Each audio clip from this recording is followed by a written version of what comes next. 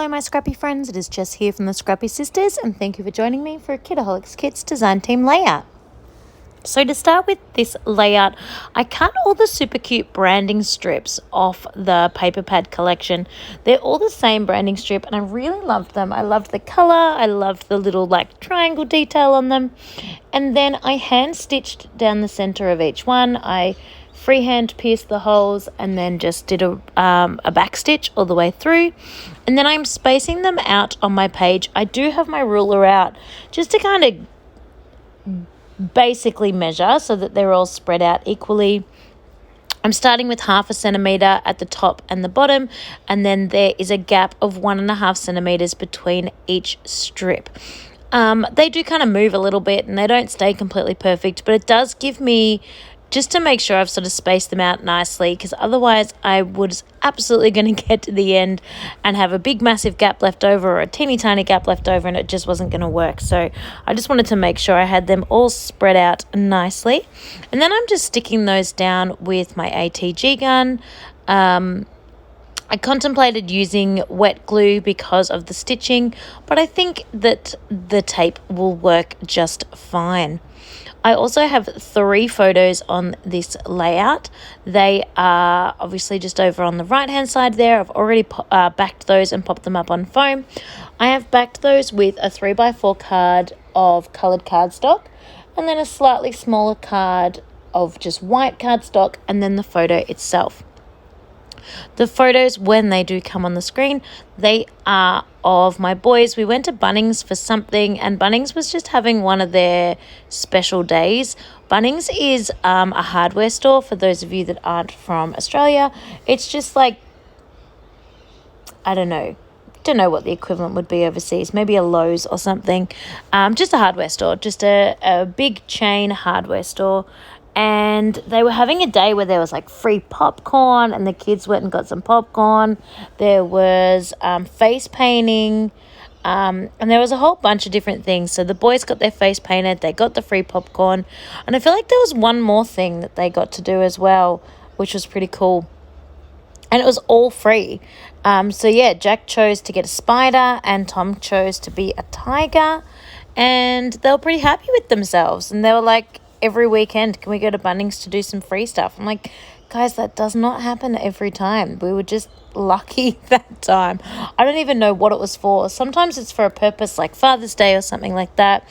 But I don't think this was. I think it just was randomly a day. So worked in our favour either way. So now I am working on my little cluster. I'm only going to do 2 clusters and they're going to mirror each other. They're going to basically be the same on either side of the photos, starting with one of the cute little tags that we got in our kit and adding a bit of string to that. And then I'm using nearly pretty much all of the extra bits that came in the die cuts. So in those die cuts, we obviously got a whole bunch of florals, but there were a few like almost like mail tags, I guess you'd say, that came in it as well, or passport stamps or something. I'm pretty much going to use all of them on this layout. They just seem to work, use them up. I loved the colour and I just liked, doing the same on one side as I did on the other side. So that was cute. And then, of course, I've got the sort of sprigs. Like, they're obviously florals, but they're the ones that are more like on a stick as opposed to an actual just a flower. And then I also added a few of the special little bits that came on the thicker sheet, which is just the little black sprig and the little black flower. I just loved the look of that. And I cut the frame, that bluey teal coloured frame, in half because, again, just the colour scheme there was just perfect for the rest of the layout. So now I am going ahead and finishing up the other side. As I said, it's just a mirror image, so they're just the same on either side. There's obviously a few changes in the exact pieces of ephemera I use, but they're just mirroring each other and they're all the same. I am popping some bits up on foam, tucking some bits in behind, just layering it all up.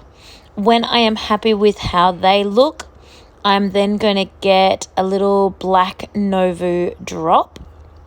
I'm just going to put one single black drop sort of near each cluster, kind of twirling it around at the end like a spiral just to help make sure there's no like pointy bits that come.